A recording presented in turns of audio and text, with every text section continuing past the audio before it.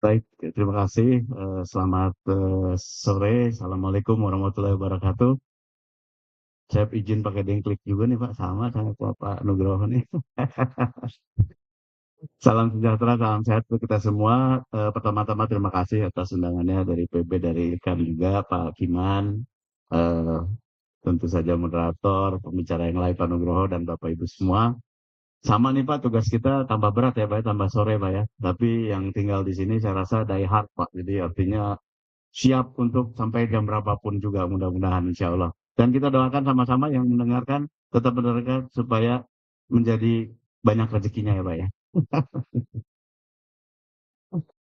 Baik, tadi mungkin dari riset, dari apa namanya asosiasi dan lain sebagainya banyak mungkin yang hal bersifat apa namanya metodologi dan lain sebagainya. Kami di sini ingin menyampaikan yang dari praktisi lah, dari perspektif bisnis seperti apa. Meskipun kami ini tidak 100% bisnis karena ada juga tentu saja misi pemerintah karena kami ini BUMN. Baik, next slide. Nah, saya mulai dari atasnya dulu. Jadi, kenapa kita ini sekarang sibuk-sibuk lah dengan green energy dan lain sebagainya gitu ya. Itu kan sebenarnya kalau dari segi energi itu ada trilemma. Mungkin Bapak Ibu semua udah dengar ya. Jadi bukan dilema lagi, problemnya tiga gitu. Yang pertama adalah tentu saja ketahanan energi. Yang kedua itu adalah sustainability. Yang ketiga itu affordability gitu ya. Dulu ngomong mungkin hanya ketahanan energi aja. Misalkan dengan apa yang terjadi dengan perang, bagaimana Jerman gitu ya. Tapi kan nggak bisa juga kita menyediakan energi yang hanya terlalu mahal misalnya. Bensin naik udah pasti diprotes kan. Subsidi dicabut, wah udah rame gitu Pak ya. Jadi tetap harus juga affordable, jadi tetap harus bisa dijangkau.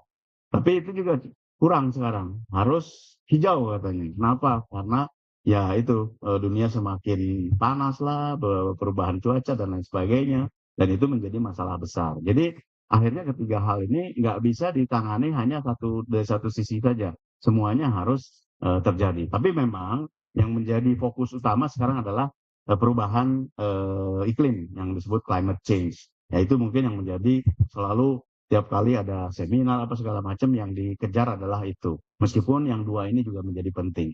Nah, oleh sebab itu kami dari Pertamina tentu saja merespon hal ini. Mungkin di slide berikutnya. Nah, ini kami juga sebagai BUMN tentu saja harus merespon dan juga mendukung komitmen dari pemerintah. Karena tadi ada climate change dan lain sebagainya, perubahan cuaca. Semua negara kan diminta untuk ada komitmen, NDC-nya seperti apa gitu. Termasuk Indonesia ingin mendapatkan net zero di 2060. Nah, itu kan tentu saja kita harus susun nih programnya seperti apa. Nggak bisa kita bilang, oh kita ada ambisi tapi programnya tidak jelas. Nah, itu kami harus mendukung itu dalam hal ini. Nah, sebelah kiri bisa dilihat yang warna merah itu adalah kalau misalkan apa namanya karbonnya atau emisi karbonnya tidak kita apa-apakan. Jadi kita hanya menggunakan energi karena kita membutuhkan energi untuk pembangunan. Apalagi dengan pemerintah baru ingin 8% peningkatannya, itu semua perlu energi. Jadi pasti energi meningkat, tapi meningkatnya energi tentu saja emisi meningkat. Kenapa? Karena kita masih mengandalkan energi dari fosil fuel, dari fosil batu bara apa segala macam.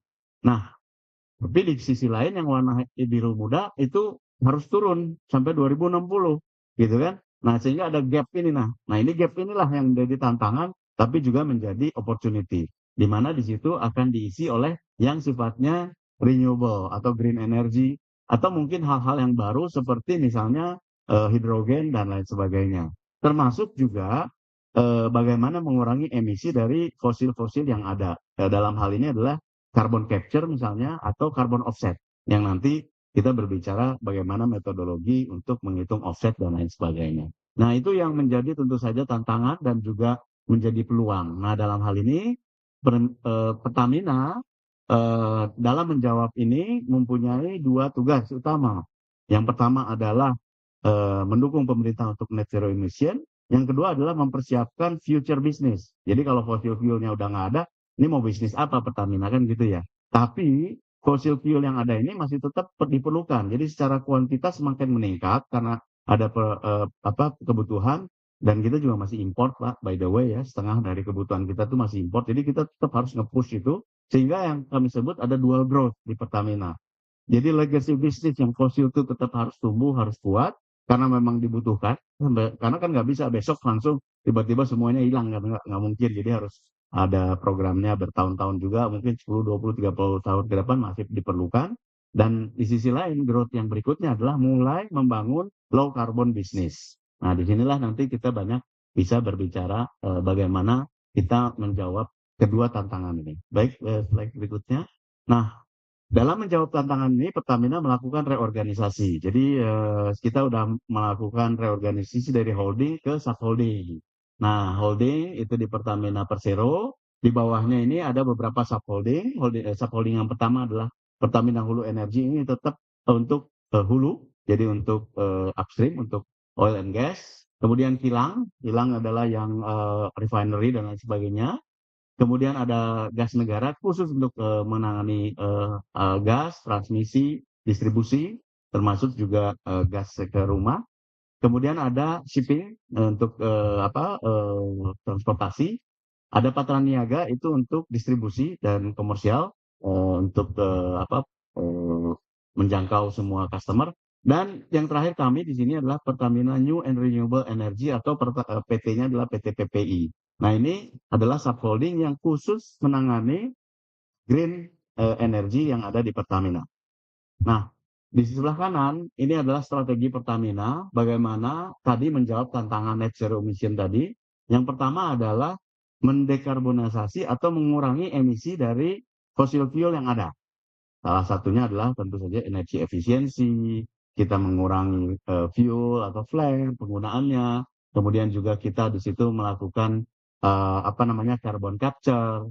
Nah, kemudian yang tengah adalah new low carbon business. Tentu saja di situ ada natural gas, renewable. Kita punya geothermal. Geothermal itu salah satu pilar juga yang ada di kami. Nantinya kita juga ke hidrogen, biofuel, baterai dan lain sebagainya. Nanti kita bisa diskusi lebih lanjut. Terakhir carbon offset. Carbon offsetnya dari technological base dan juga natural base solution. Nah, sehingga harapannya fossil fuel dan petrochemical ini bisa lebih bersih karena memang energinya masih tetap diperlukan, kuantitinya masih diperlukan, tapi kita juga sudah mulai ke solar panel, ke gas to power, geothermal juga ditingkatkan, dan mulai ke hidrogen juga. Baik, slide berikutnya. Nah, inilah portfolio kami. Jadi yang sebelah kiri adalah yang sekarang yang ada, anak perusahaan yang ada geothermal. Geothermal itu kapasitasnya 672 mega sekarang, dengan potensi yang cukup besar, nanti kita akan bahas lebih detail. Kemudian ada juga gas to power. Gas to power ini adalah transisi, atau mungkin saya bilang kompromi, karena gas itu masih banyak, dan itu dalam tanda kutip lebih mudah mendapatkannya dan mendistribusikannya dengan LNG, tapi karbonnya lebih rendah. Jadi untuk energi ini bisa jadi kompromi dan transisi kita sebutnya. Ada juga Jawa Satu Regas ini untuk mendukung, karena kita pakai LNG, ada regasifikasi. Dan ada IBC ini untuk baterai. Jadi mungkin sempat dengar juga hilirisasi dari pemerintah, penggunaan nikel diharapkan untuk mendukung pembuatan pabrik baterai. Dan kita juga punya solar panel dan trading dari karbon. Nah, ini nanti ada slide khusus begitu. Harapan kita adalah bertumbuh step pertama ke 2029. Jadi pertumbuhannya cukup drastis. Jadi kita berharap semua kapasitas kita akan meningkat. Saya nggak akan bahas satu persatu, tapi kalau diperlukan, kalau nanti dalam diskusi kita bisa kembali ke situ. Tapi intinya sampai 2029 kita punya program yang cukup ambisius, Pak, untuk terus bertumbuh. Slide berikutnya. Nah, ini adalah tadi secara summary ya pertumbuhan yang diharapkan. Sekarang ini instalasi kita sekitar 2,6 gigawatt, terdiri dari macam-macam ya. Ada geothermal, ada solar panel, ada gas to power, gitu ya. Itu dari warna-warnanya kelihatan. Nah, ini kita berharap akan tumbuh menjadi 6,1 gigawatt di 2029. Ya. Nah, dengan pertumbuhan ini, dengan penambahan kapasitas yang terpasang dari 2 ke 6, itu kan sampai 3 kali lipat, tentu saja investasi pun bertambah. Nah, inilah ada opportunity di sini. Dalam investasi ini kan kita juga ada barang-barang baru ya. Kita bisa bekerja sama dengan research center, kita bisa bekerja sama dengan perusahaan lainnya. Jadi kita dalam hal ini karena energinya industrinya baru, banyak hal-hal baru, kita sangat terbuka dengan kerjasama, termasuk juga saja dukungan dari pemerintah diharapkan dari segi regulasi, standar, dan lain sebagainya. Jadi investasi kita dari 0,7 miliar US dollar 2024 tahun ini itu bisa melonjak sampai 6,2 miliar US dollar di 2029. Nah ini peningkatannya kita bisa lihat di pie chart yang ada di sini. Berikutnya. Nah, kalau kita berbicara instalasi kita, inilah gambar instalasi yang ada di Indonesia, cukup lengkap. Jadi warna yang di atas itu, kalau boleh izin, warna ungu, biru, hijau, biru, dan oranye. Jadi yang ungu itu adalah gas to power. Yang paling besar adalah Jawa Satu Power, tadi saya sampaikan. Ada 1,7 gigawatt itu di Cilamaya ya. Kemudian kita punya juga di Dumai ada 12,9 megawatt. Itu relatif kecil, tapi untuk di lapangan kita. Kemudian geothermal itu banyak di Sumatera dari mulai Sibayak ada 12 megawatt. Kemudian yang cukup besar itu adalah di Ulu Belu ada 220 megawatt. Kemudian di Lumut Balai ada 55. Kita lagi meningkatkan ditambah 45 megawatt lagi. Insya Allah tahun depan bisa COD. Jadi bisa 100 megawatt nanti di Lumut Balai. Pelaju, di ke Jawa itu ada di Kamojang ya. Kamojang yang paling besar 235 megawatt. Kemudian ada Taraha 30 megawatt. Dan terakhir ada di Manado di Sulawesi Utara itu di Lahendong itu 121 megawatt. Nah, kemudian solar panel kita cukup tersebar, tapi memang cukup kecil-kecil ya, hampir banyak. Yang paling besar itu ada di Rokan, di PHR, instalasi di dalam instalasi kita di upstream, di hulu. Kemudian kita juga punya biomas di Sumatera Utara, totalnya 4,4 megawatt. Nah ini ya portfolio kita sekarang, kita berharap akan terus berkembang dan bertumbuh kemudian hari. Berikutnya. Nah, ini berbicara geothermal nih. Ini cukup menarik nih Pak, karena kita bilang itu kan ring of fire ya. Jadi kita bilang jangan sampai dong kita cuma dapat mudaratnya aja gitu, gunung meletus, gempa bumi, ya harus dimanfaatkan juga listriknya gitu. Nah, sejauh ini sudah dimanfaatkan, tapi masih terlalu kecil, baru 11%. Jadi yang kita manfaatkan sebagai listrik hampir 2,4 gigawatt, tapi potensinya sekitar 24-25 gigawatt. Jadi sebenarnya masih luar biasa. Dan ini sebetulnya kalau kita ngomong green energy udah siap. Dibanding misalkan solar panel itu yang menjadi masalah listriknya ada pada saat tidak diperlukan siang hari. Pada saat diperlukan malam malah hilang dia kan. Angin juga begitu kadang-kadang. Artinya intermittent. Tidak bisa jadi base load. Sementara geothermal bisa menjadi base load. Kapan saja. Dan industri ini udah 30-40 tahun di Indonesia. By the way, sebagai penghasil listrik, Indonesia nomor 2 di dunia setelah Amerika yang sekitar 3,8 gigawatt. Nah, kita bisa lihat di sebelah kanan, ini ada apa namanya grafik batang ya dengan pertambahan. Jadi sekarang kapasitas kita 672, kita bisa melakukan ekspansi, proyek baru, dan juga merger acquisition, kita berharap naik ke 1,4 gigawatt nantinya. Ini yang terus akan kita genjot ya. Ditambah dengan kerjasama dengan perusahaan lain 1,2, kita bisa ke 2,5 gigawatt. Ini kami berharap mendapat dukungan dari pemerintah karena ini luar biasa apa namanya potensinya. Memang yang menjadi salah satu kendala utama atau tantangan adalah dibanding dengan minyak atau gas, renewable atau green energy ini hanya bisa dibangkitkan di tempat di mana sumber ini berada. Oleh sebab itu perlu transmisi gitu. Jadi transmisinya juga harus baik. Baik, berikutnya. Nah ini lebih detail lagi bagaimana sebenarnya potensi kita yang ada sekarang di Pertamina bisa sampai 3 gigawatt, lebih besar lagi. Dan kita coba dorong dengan juga menjadikan geothermal center of excellence di Indonesia. Jadi kita bawa juga industri dari luar ke dalam. Termasuk juga kita mau bikin hidrogen dari sini. Berikutnya. Nah ini hidrogen juga kita mulai masuk ya.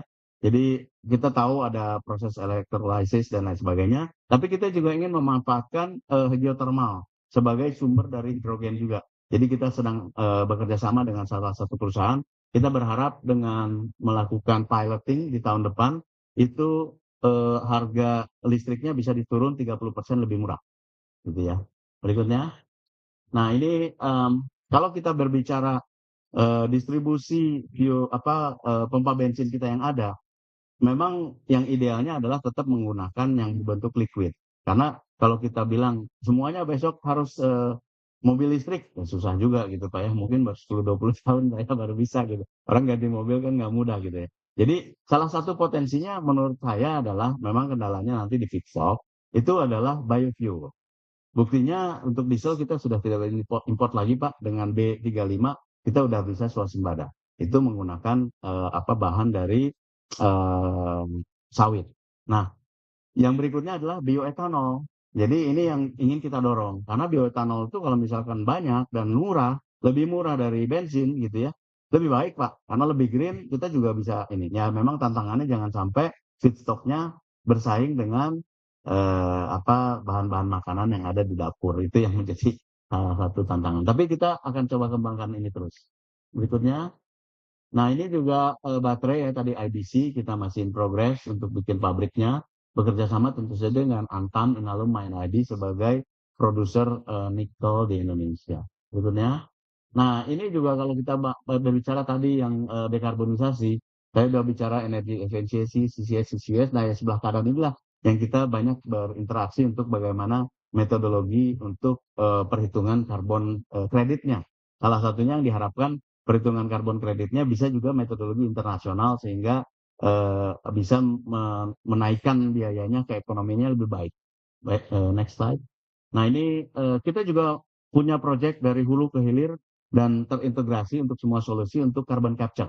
Jadi carbon capture itu kita sedang yang paling aktif adalah di Sunda Asri Basin, cukup besar kapasitasnya. Nah, mudah-mudahan tahun depan bisa kita bor mulai lebih konkret sehingga kita bisa menyediakan solusi dari mulai penangkapannya, transportasinya, dan injeksinya. Itu semua bisa kita lakukan termasuk carbon credit monetization-nya di ujung. Berikutnya. Nah ini kalau kita berbicara natural, ini tech base ya, tech base yang dari geothermal itu banyak di geothermal dan Jawa Satu Power. Sementara yang di natural base kita dengan perhutani, ada yang di Kalimantan dan OIKM masih in progress. Lagi-lagi kita berharap metodologinya bisa menggunakan metodologi internasional. Berikutnya. Nah, ini tantangan slide terakhir sebelum slide terakhir. Tantangan yang ada seperti kita ketahui karena satu masalah terbesar untuk green energy adalah masih mahal. Jadi itu aja masalah terbesar sebenarnya. Kalau udah murah sih, udah pastilah bisa bersaing dan orang banyak pasti pakai karena karbonnya lebih baik. Nah, bagaimana untuk lebih murah? Tentu saja pada saat kita melakukan banyak yang masih bersifatnya pilot. Nah, ini kita membutuhkan funding di early stage. Kita banyak bekerja sama dengan World Bank dan lain sebagainya untuk mendapatkan pendanaan untuk pilot misalkan untuk hidrogen supaya kita mendapatkan solusi lebih murah. Kemudian pada saat nanti udah jalan, kita berharap juga mendapatkan competitive financing, green financing udah dapat juga, alhamdulillah, tapi tetap harus kita kejar. Nah, pastinya kita membutuhkan juga technological advancement. Jadi bagaimana teknologi ini bisa membantu menjadi lebih efisien. Misalkan proses elektrolisis yang efisiensinya misalkan 70% bisa ditingkatkan dari 80-90%. Kemudian capacity building orang-orangnya harus disiapkan karena ini bidang-bidang baru. Dan terakhir tentu saja dukungan dari pemerintah sangat luar biasa diperlukan karena tanpa regulasi yang mendukung bisnis ini tentu saja akan sulit bagi kita untuk lebih kompetitif. Misalnya untuk bioetanol masih dikenakan cukai gitu untuk karena dianggap sebagai alkohol gitu. Itu kan harus dikoreksi. Berikutnya slide terakhir. Nah inilah yang menjadi summary-nya. Tentu saja kami harus mendukung pemerintah dalam mencapai net zero emission target dan juga mempersiapkan bisnis masa depan Pertamina. Nah untuk pertumbuhan seperti tadi lihat portfolionya kita melakukan pertumbuhan organik jadi yang instalasi yang ada maupun kita melakukan akuisisi dengan strategic partner siapapun juga dengan TEPCO, dengan Exxon dan lain sebagainya, dengan Jepang juga kita perlu mendapatkan akses financing yang kompetitif dan tentu saja mendapatkan dukungan dari pemerintah untuk regulasi dan insentifnya sehingga bisa lebih kompetitif. Misalnya kalau batu bara udah diberikan DMO, kenapa kita juga tidak diberikan hak yang kurang lebih sama? Terakhir tentu saja capacity building itu diperlukan dengan orang yang punya mindset yang terbuka untuk bisa mendukung bisnis-bisnis baru ini, di mana tentu saja dalam pengelolaan